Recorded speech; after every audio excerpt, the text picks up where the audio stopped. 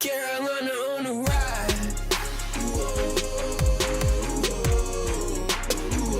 Carolina on the rise.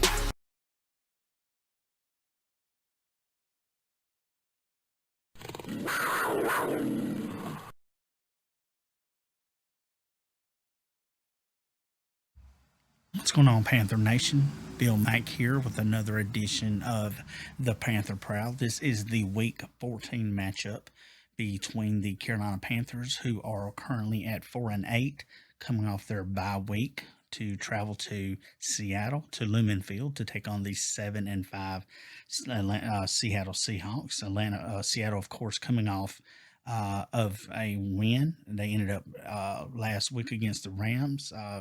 The Seattle Seahawks are lost two of their last three matchups, and the Panthers basically needing a win here in Seattle, a win on the road, and a win out of the division to keep pace in the NFC South after the Tampa Bay ended up on winning Monday night against the New Orleans Saints. So this will be a matchup that it's going to be one of the only tests remaining on the 5 remaining games for the Panthers on their schedule for the 2022 season.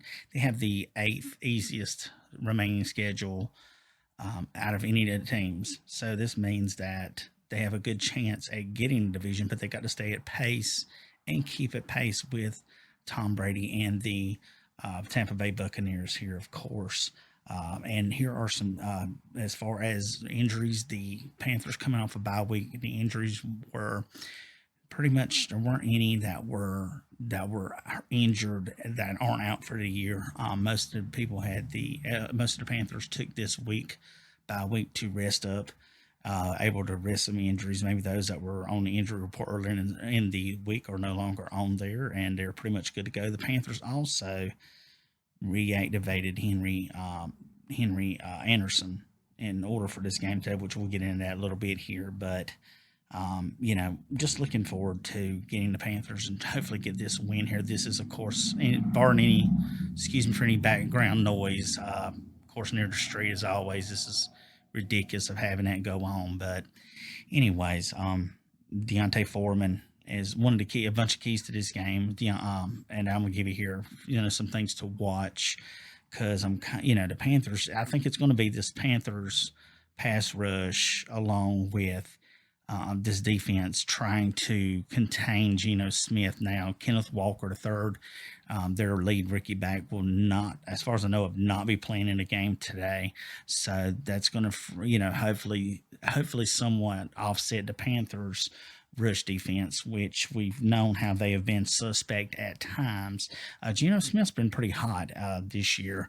He's kind of come out of nowhere, and he's been a lightning rod for the passing attack that Seattle has experienced this year since Russell Wilson was traded to Denver in the offseason, and Drew Lock just wasn't it for the quarterback. So Geno Smith came in. Geno Smith's pretty much a journeyman who really hasn't had as much success, I think, as he has been around pretty much with the Jets for the most part. But something this year has really just sparked him with this wide receiver crew led by Tyler Lockett and DK Metcalf. And that's where the main concern is going to be at today, is trying to contain DK Metcalf and also Tyler Lockett. And it's going to be a problem because, like I said, Dante Jackson's out. And then we have CJ Henderson, which we know about that. We're going to have to rely on our secondary pretty much to kind of contain these guys, and our pass rush to trying to get after Geno. Now, I know that's not been something that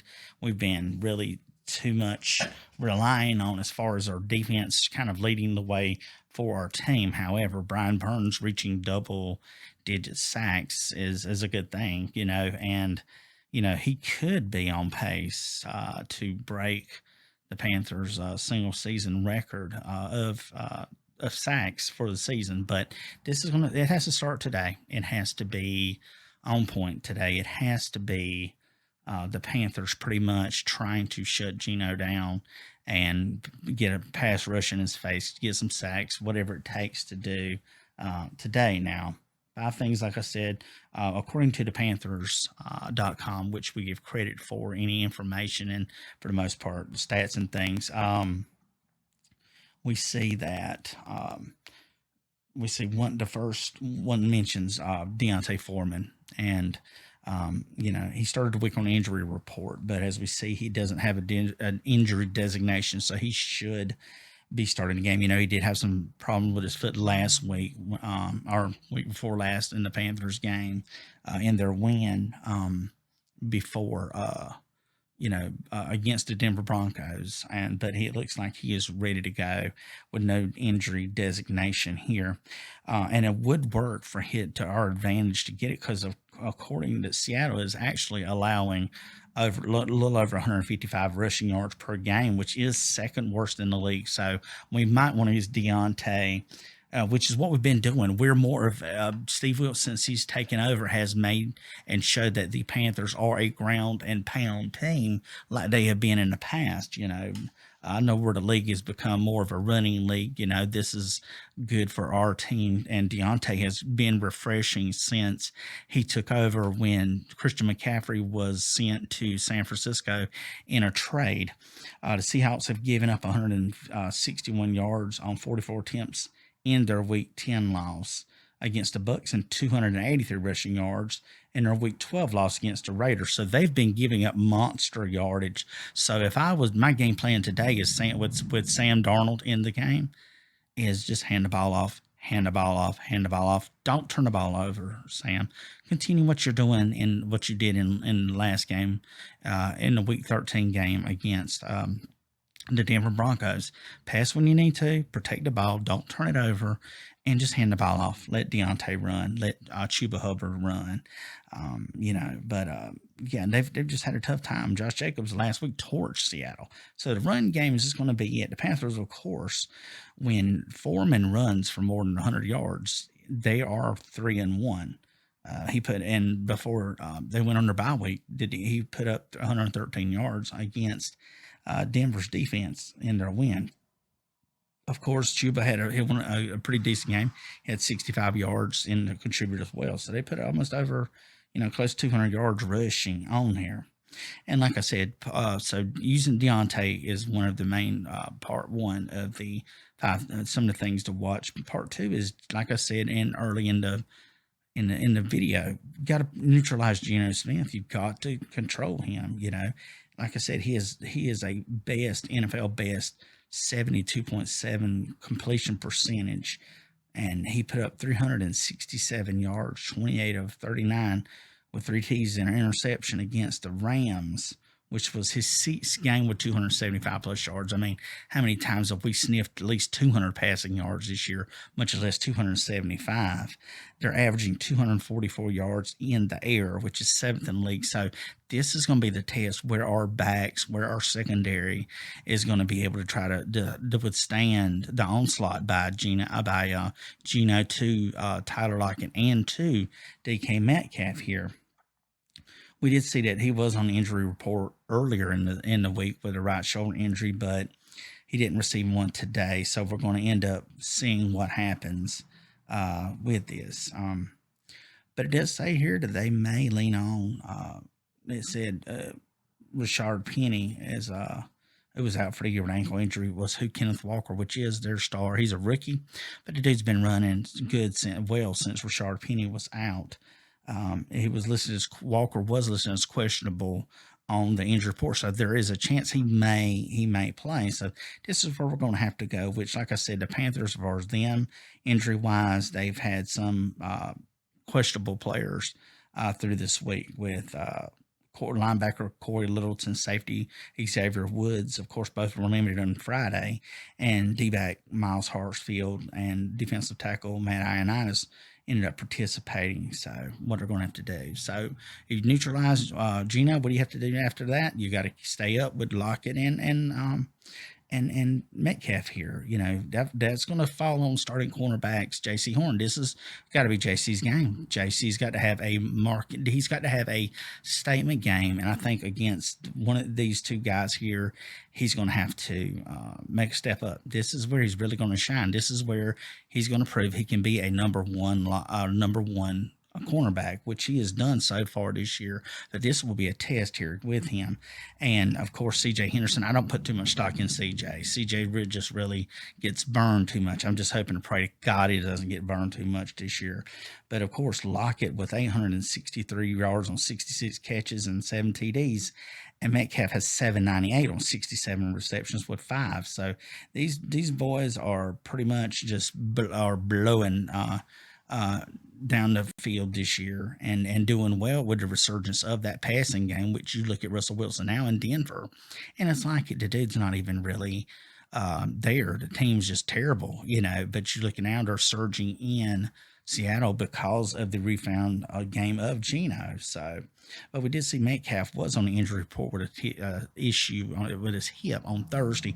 However, he didn't practice Friday, but he's listable today, so that may be, you know, maybe a wait and see. Next, of course, like we said, we were talking about Geno. We'll turn our attention to Sam here a little bit. Sam did get the win in Denver before the bye week. He was only 164 yards, 11 to 19 with it passing with a touchdown. Not impressive, but like I said, the main thing is don't turn the ball over. I don't care if you get 100 yards. If we rush the ball and get 200 some yards and get touchdowns and wear it down, I'm all for that. That's what you do. Rushing the ball keeps the other team off the field. It eats at the clock. You control time of possession. You can control the game. You've just got to do that. But he just can't turn the ball over, make wise decisions. This is the best kind of offensive line he could want to have. I mean, I know last year wasn't the same thing, but this is his year to do this, of course. So we're going to have to wait and see, make sure he can protect the ball and avoid making mistakes, because this Seattle secondary is young, but you know, you have to watch out for them, especially with their rookie cornerback Tariq Woolen here. He of course leads the NFL with 8 takeaways, so and is tied for interceptions at 6. So, and really, if you look how many interceptions our defense has, not too many. So this is someone that you can play with here, of course. And I will say this, big ups before the game to J.J. Jansen, which is the Panthers' longtime snapper, who with this game here will pass John Casey for the most games played in franchise history, suiting up for his 222nd game against the Seahawks. And big congrats to him. Of course, Derek Brown here, who was this past week nominated for the Panthers Walter Man of the Year, Walter Payton NFL Man of the Year award. He only needs 5 tackles to get the most tackles by the tie K1 short. So 6 tackles, which I think Brown can get. Congrats to him. And Shaq needs 11 tackles to at least hit 100 tackles for the 4th consecutive season. A lot of milestones here. Panthers have a chance at doing it. Just got to shut Geno down. So I'm going to put the video here on Paul's Panther Nation as we normally do for part 2 of the video. If you do like this video, as always, like, subscribe, share. Also follow my socials that are above. Any comments, opinions, thoughts needed in the comments, please do that. I will get back to you. I enjoy doing these videos. I hope you all share these videos. And I will pause it, and I'll be back for the review after the Panthers game taking on the Seattle Seahawks. So once again, Panther Nation, this is Bill Mack with the Panther Prowl, said keep pounding, and we'll put it on a pause.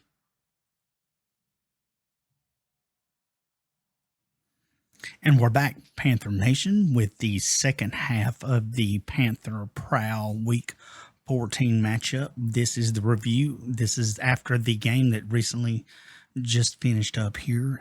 Carolina, of course, playing Seattle at Seattle. We stated importance of this matchup in the first half of the video. Now we are going with the closing comments, breakdown of the game, what did I see, opinions, things like that.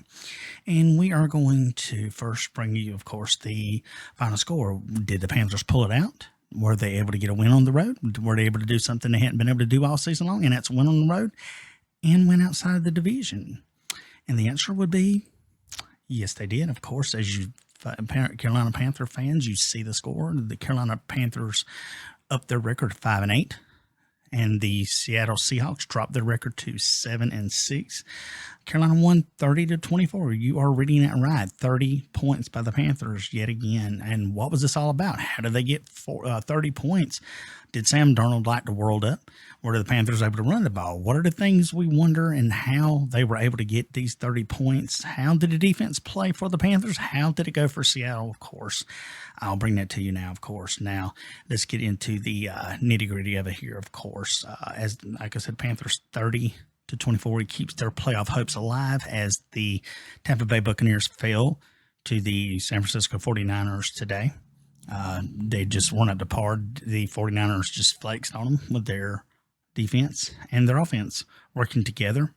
Doesn't matter who's behind center for the San Francisco 49ers. They had a tendency to pull out the win, which by the win today was a big help for the Carolina Panthers. And of course, with Carolina taking on Tampa Bay in this NFC South division race with just a few handful of matchups left, and to fight for the NFC South crown, also for a division, also for a playoff spot. Let's see how it goes here. So, opinions and thoughts here. Carolina, of course, started off well. They had scored the first 17 points of the game. We're out to a 17-0 lead. To me, Darnold looked a lot more comfortable, way more comfortable today behind this line. The offensive line, once again, not failing to protect Darnold. Don't think he was sacked all game long. He didn't look too pressured. When he did look pressured, he just simply ran out of the pocket, which it looked like McAdoo had the plays called right for him, and he was able to come out and basically move around in the pocket if he needed to, but he just didn't look rushed, and he didn't make any rash decisions. He didn't make any harsh throws. He took care of the ball. And stated in the first part of the video, what was one of the things that he must do in order for Carolina to be successful against the Seattle Seahawks and their defense was for Sam to protect the ball and for Sam not to make any mistakes and try to just hand the ball off. And everything that was stated early on, the Panthers were able to do that. Sam was able to take care of the ball. Didn't have spectacular passing, but the Panthers are not known as a passing team. They are pretty much a rushing, run the ball first, keep pounding team, which is what Steve Wilks has brought to this Panthers team since he took over after taking the interim head coaching job once Matt Rule was released from his contract after the fourth week of the season. He's got these guys believing in themselves, playing hard for him, playing hard for each other, and gotten it back to the mantra, what is keep pounding? And it's just keep stuffing it in there, keep going hard, keep fighting, never give up, just keep pushing forward. And that's what these guys have done. These last few games, they've been playing really hard for Wilks. So it's to me, and I stated before, as I'm stating now, this was one of the matchups. This would be the marquee matchup of Steve Wilks. How would he do against a team that was a good team, a team not in a division, and a team, that is vying for a wild card playoff spot, playing against these Panthers who have this renewed sense of pulling together, working hard, doing what it takes, and trying to get the wins and playing hard as they can, playing for each other. And once they do these things, that's a good recipe. Whether they get a win or not, they start believing in themselves. They start playing together, and they start keep pounding the ball. So, of course, as we've stated here, it was 30-24. It looked close. The score looked a little bit closer than what it was. I think the last touchdown that Seattle got was pretty much a garbage touchdown because the Panthers pretty much let them have it. I mean, really, they legitimately let them have it. Now, let's look at the breakdown here as we get into the stats here between Carolina. Of course, I want to say this as well. Congrats to the Panthers. Running the ball really does help.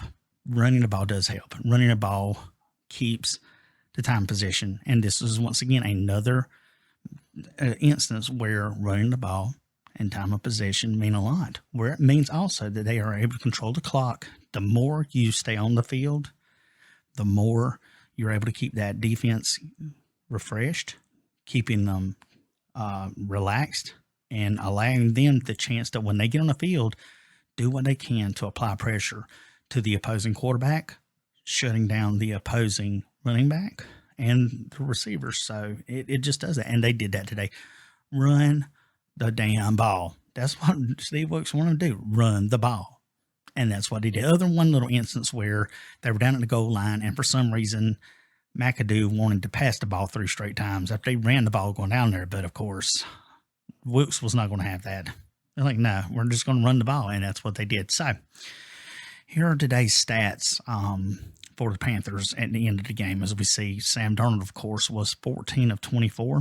He did have 120 yards, 1 touchdown. Now, I did say I didn't think he got sacked, but those 2 sacks happened pretty much. I had to step out for a few minutes, and I think that's when these sacks happened. But he did have 85.4 rating, which is pretty decent for Sam Darnold. Of course, Geno Smith did more throwing than that, going 21 for 36, 264 yards, 3 touchdowns. He did have the 2 picks, and he was sacked 3 times for a loss of 23 yards for an 85.9 rating. So the Panthers caused him to throw because they were shutting down the running game, and they were causing Geno to pass the ball. And by doing that, the Panthers got after him, put pressure to him, got 3 sacks, and for 23 yards and loss. A running game, that's what the Panthers' strength is, what it was, what it should be, and what it will be. As we see Chuba Hubbard and Deontay Foreman both trip out at almost 3/4 of a century with 74 yards. Chuba had 14 carries. Deontay had 21 carries. Chuba did get the touchdown run.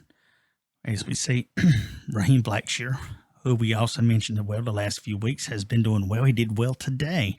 He had 4 carries, 32 yards. So he averaged 8 yards per carry, which he got a touchdown as well. So we see that the little bit that he has been in there, he is making the most out of his situation, which any player will do.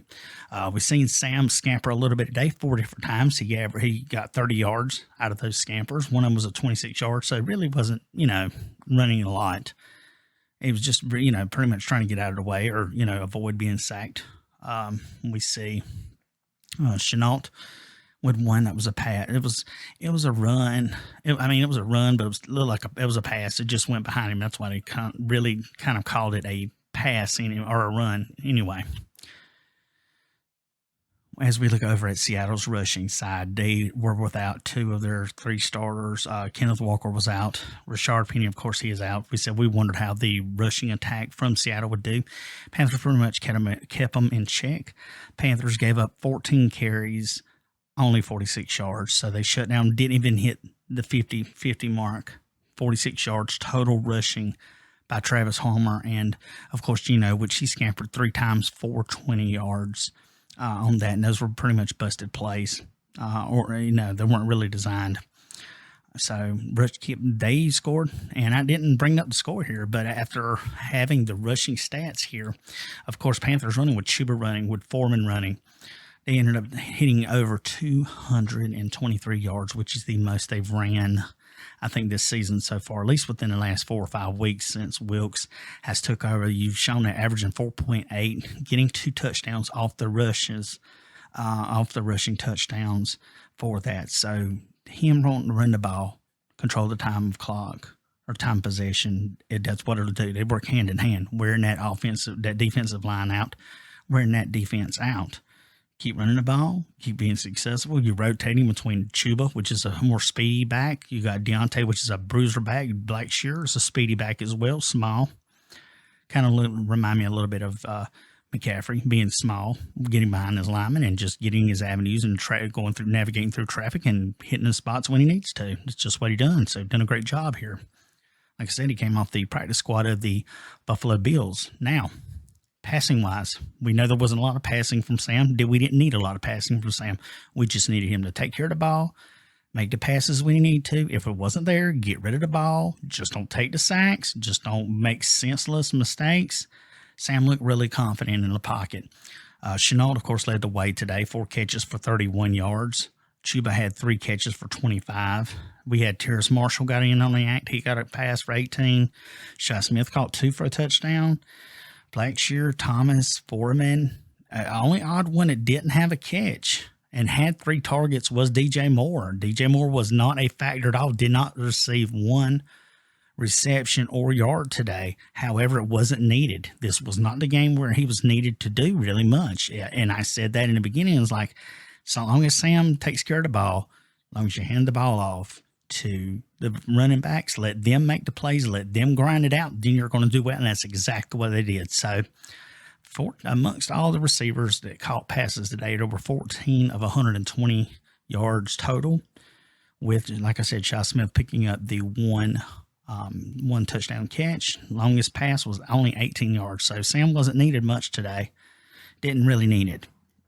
And that's the good thing about it. Now look over at Seattle side. They had a few more, 3 passing touchdowns. One was Marquise Goodwin. He had 5 catches, 5 short of a century mark at 95. DK Metcalf, of course, one of their star wide receivers. He had 5 catches for 71 yards. He had a touchdown. And, of course, the other bookend, Tyler Lockett, 5 catches, 60 yards. He had a touchdown. So none of these guys clipped 100 yards. They kept them all in check at 71 for Metcalf and 60 for Tyler. So kept them under 100 yards, which is great, which it made, Disley, the tight end, had a catch. Homer, the running back, had a catch, a couple catches, as a matter of fact. So really the run game wasn't it. They, even though Geno had all these yards, they did get to 3 touchdowns. But like I said, one of them was pretty much a garbage touchdown near the end. So really it was just 2. And that was when in the first half, when Geno had that hot streak near the end of the half to kind of bring them back from being down 17-0 to 20-17 at the half. So they come back. Now, let's look at defensive-wise. Of course, Keith Taylor did get a fumble, but he did recover it. So that was the only fumble for the Panthers today. Defensively wise, Shaq Thompson led the way. Of course, he had half a sack with 9 tackles. J.C. Horn played well today. Almost had an interception in the fourth quarter. He just couldn't get that toe down within the lines and can maintain control, but he almost had one.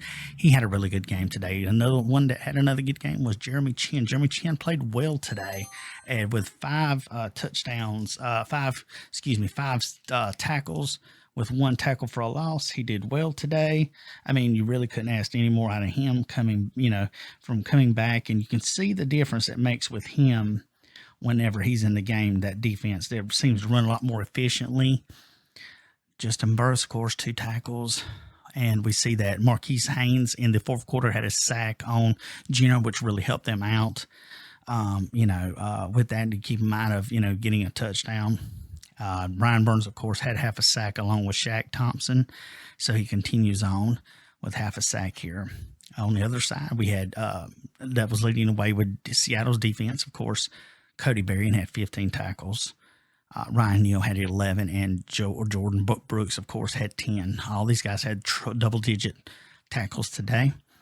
But it was all really for naught because the Panthers pretty much did what they needed to do in running the ball. Interception, like I said, C.J. Henderson had 1. J.C. had 1, almost had 2. Looked close. Kickoff returns was only 1 time, and that was Blackishire, which Blackishire looked good. I'll give him credit. He looks good running the ball. He looks good on kick returns. He looked good today in what they needed him to do. And that's really all you need to ask for is have the guy go out there, do what needs to be done. Of course, Shi Smith and Keith Taylor each caught passes. Kicking wise, Eddie Pinheiro was on point yet again. He was 3 of 3 extra points and 3 of 3 field goals, bringing his total to 12 points for this game, which it shows you that he is shaking off that shaky start that he had back in Atlanta. And he's really he's really been steady for the Panthers, which they put him in positions for himself to basically, for him to be able to make the kicks to feel comfortable in doing that. And of course, Jason Myers, the kicker for Seattle, was 1 of 1 with field goals and 3 of 3 in extra points for 6 points for him. So Panthers looking well here. Now, this is individual stats here. How did they do as a team? Well, we're going to look here and see what they did as far as teams overall. We see passing really wasn't the Panthers' forte. However, they did get 14 rushing first downs. They just kept running the ball. Sam, like I said, was 120 yards a touchdown. We see here on third down efficiency, Panthers a little bit better, 6 and 13. Both teams were 6 for 13 on third down efficiency, which was a lot better than what they had typically done for the year. You know, the Panthers have one of their drawbacks is the third down efficiency of being able to complete and get off the field, or actually for their offense to convert on those to continue on. So 6 of 13 today. Panthers 1 or 2 on fourth down. One of them was near the goal line. You know, they should have got it. I don't know why they had Ben McAdoo do 3 pass plays. That was just kind of ridiculous. Panthers almost almost 20 more plays, 72 plays for 328 total yards, and they outscored Seattle by about 40 yards, about 51 yards, I would say. Total drives. Panthers had 11 drives total, and they had 4 drives, I think, were in double-digit plays and running the time of possession. That's pretty much why that was. 3 of those 11 were double-digit drives, and at any time it will wear down that defense. It will keep your defense off the field, get them rested up, will just unleash them on that offense whenever they come out. Now, passing wise, like I said, Geno much better in passing. He had 241 to 105 compared to them. Drives, like I said, yards per play, they were better by almost 1 yard. Sacks, Panthers gave up 2. Those were early on, and the Panthers got 3 on Geno.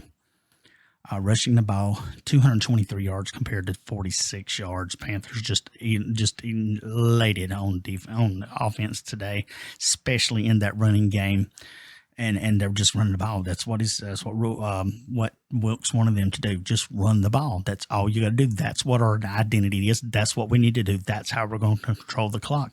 Is just run the ball. As we see here, penalty-wise, Panthers, of course, doubled up 6 penalties for 29 yards, which wasn't a whole lot. I mean, it's not like 100. 6 penalties, it's not bad. It's less than 5 yards a penalty. Seattle only had 3. But they did have 2 turnovers, of course. And we see here the time possession, which is a big thing I want you to see. Panthers end up getting 39 minutes and 16 seconds of time possession, giving Seattle only 20 minutes and 44 seconds of time possession. And I said too, that was one of the things. If you run the ball, you're gonna set the tone. You're gonna grind it out. You're gonna have time of possession. You're gonna lead that, and that's what it does. A lot of times when you lead the time possession, which means you're running the ball, which means you're grinding it out, which means you're controlling the clock. That's exactly what they needed to do today. So Panther Nation, this was a great win for the Panthers. Great win for the Panthers. Coming out now, it gives them a confidence now that they need to go into the rest of the season. Of course, we know that they have basically 2 more divisional games they need to play. They need to play the Tampa Bay Buccaneers and, of course, these New Orleans Saints to round out the division. Panthers are 3-1 in the division. They just need to stay paced. Pretty much, I would think they'll probably need to win out. Maybe have a little help from Tampa Bay losing, but it's not. This was their test today. And they passed it. So all they have to do now is pretty much stay the course, continue playing together as a team, continue grinding it out, continue to keep pounding the ball is all they need to do.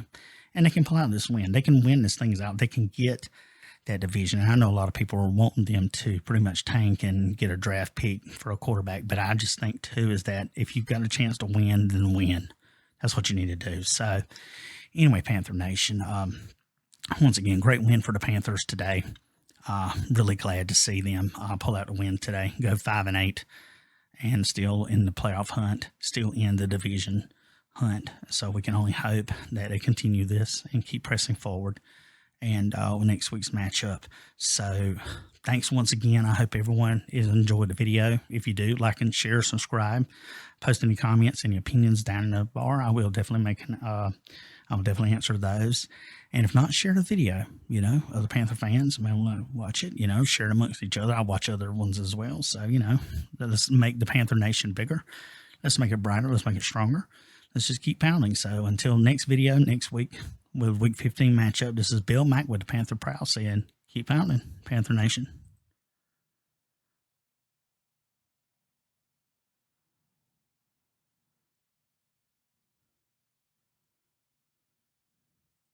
Wow.